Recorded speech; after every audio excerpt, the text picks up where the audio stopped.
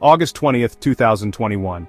It started like any other day. I could not go to or do any work. I was stuck as a prisoner in my home, because of drug trafficking police and corrupt judicial officials, and a Dr. Kim Dalati, a deceitful forensic psychologist who defrauded me of my life.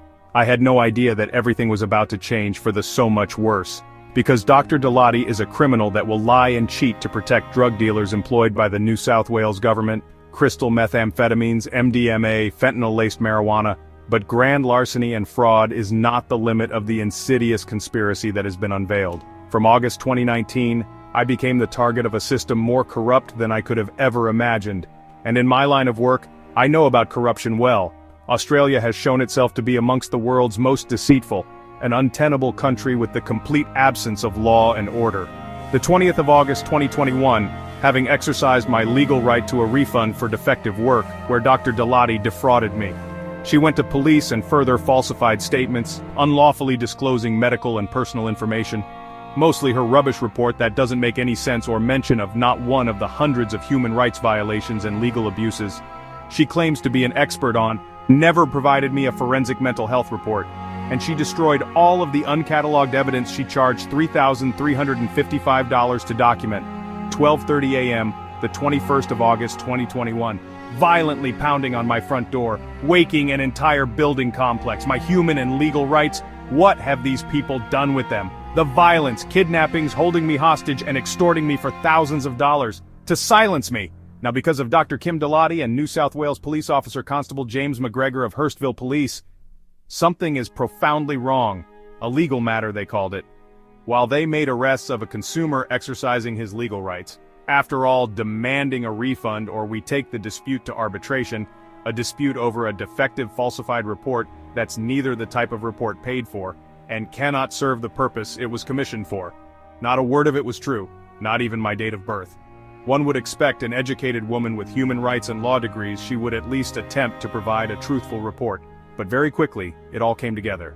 The lies and deceit of Dr. Kim Dalati and the solicitors, prosecutors, magistrates, and regulators, all of them conspiring in serious criminal activity, this has quickly, over nearly 5 years of torture and profoundly expensive liabilities, now spiraled into an exceptional nightmare for an entire nation.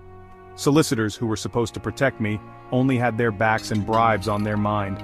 They took my money but intentionally ignored my instructions, my genuine pleas for help. They were more interested in protecting themselves than seeking justice. My life, once ordinary, was now consumed by fear and uncertainty, the product of extreme abuse. The legal system, designed to protect the innocent, we have been told, but these charlatans of deceit, it was being used against me, having already been extensively tortured by the courts, by New South Wales Police, and by thieving, manipulative employees. It felt like the walls were closing in, suffocating me with its injustice. As 2023 arrived, the situation worsened. From April 27th to June 20th, a series of events unfolded, each one chipping away at my hope and intentionally damaging my sanity.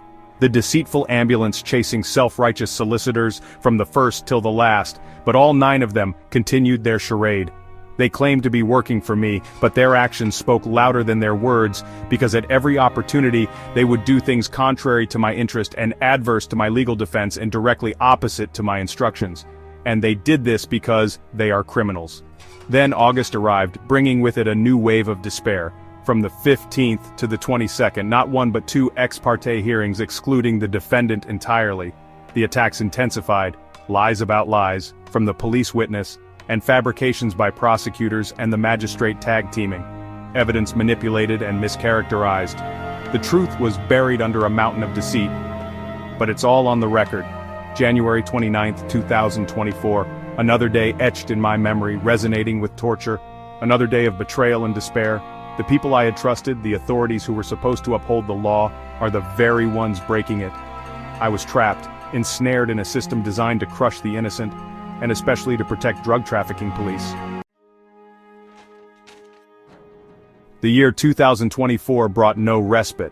4 more times, the legal machine churned, grinding me down with its relentless cruelty. Crimes like kidnapping and hostage-taking, false imprisonment and unlawful arrest. Every time I make a court submission or contact the government regulator, The criminal activities of New South Wales Police and the courts has been profoundly untenable, having violated much more than my moral and constitutional rights, and breached enumerated laws. As it turns out, the drug trafficking police, while causing espionage and surveilling my United States corporation, they are partaking in acts of war upon the United States, China, Africa, and Saudi Arabia.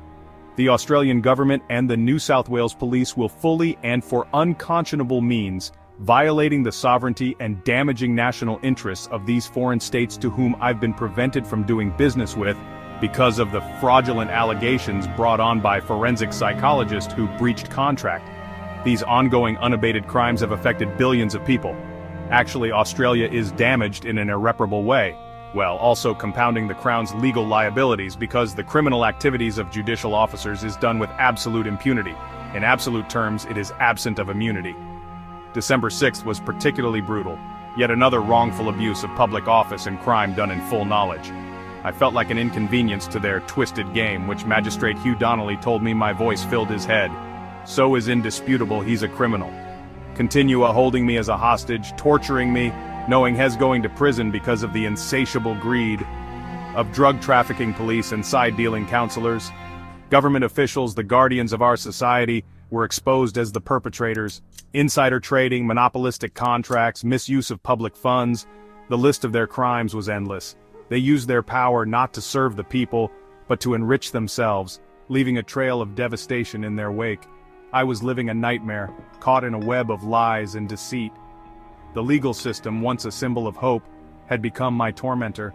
I was a prisoner in my own life, stripped of my freedom, my dignity, my faith in humanity. Dr. Dilotti, a forensic psychologist, was brought in.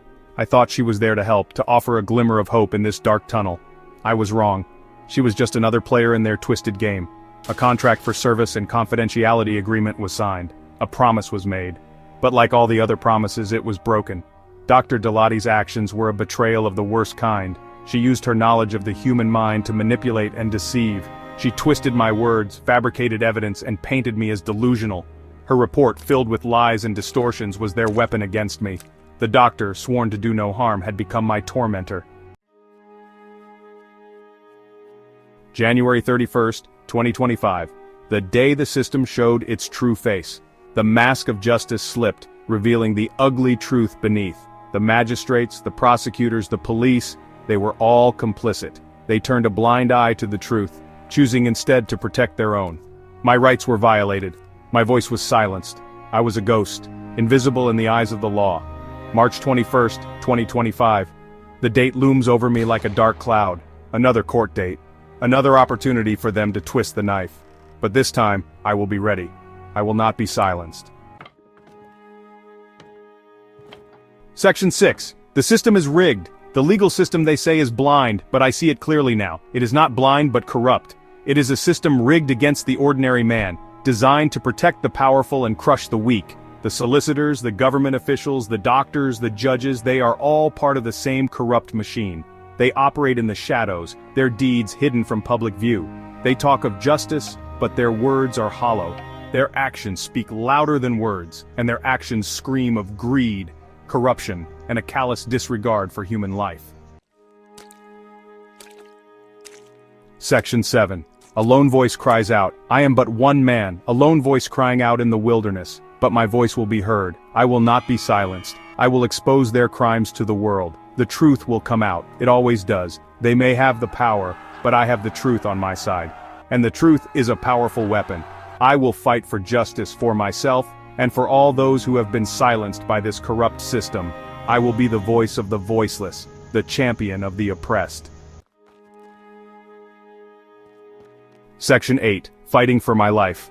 This is not just a legal battle, it is a fight for my life. They have taken everything from me, my reputation, my livelihood, my faith in humanity, but they will not take my spirit.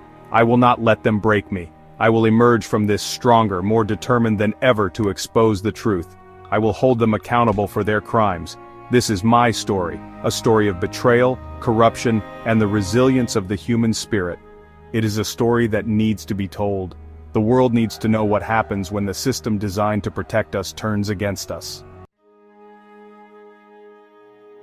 Section 9. Hope endures. Even in the darkest of times, hope endures. I believe that justice will prevail. I believe that the truth will set me free. This is not the end, it is just the beginning. The fight has just begun. I will not rest until justice is served.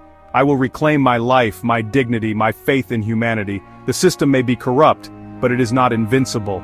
The human spirit is stronger. And I, for one, will never stop fighting for what is right.